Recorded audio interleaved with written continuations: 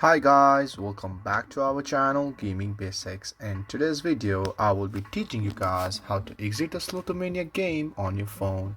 So at first, just open your phone, and as you open your phone, all you have to do is open your Slotomania game. And as you're in this home screen and you want to exit it, all you have to do is just swipe it from the right side. And as you swipe it, you can see this notification. If you are sure you want to exit the game, all you have to do is just press yes. And as you do that, you have exited the game. So guys, that's how you exit the game Slotomania on your phone. If you find our video helpful, please leave a like and please do not forget to subscribe our channel. Also hit the bell icon to get updates with our latest videos. And drop a comment for reviews and more content like this.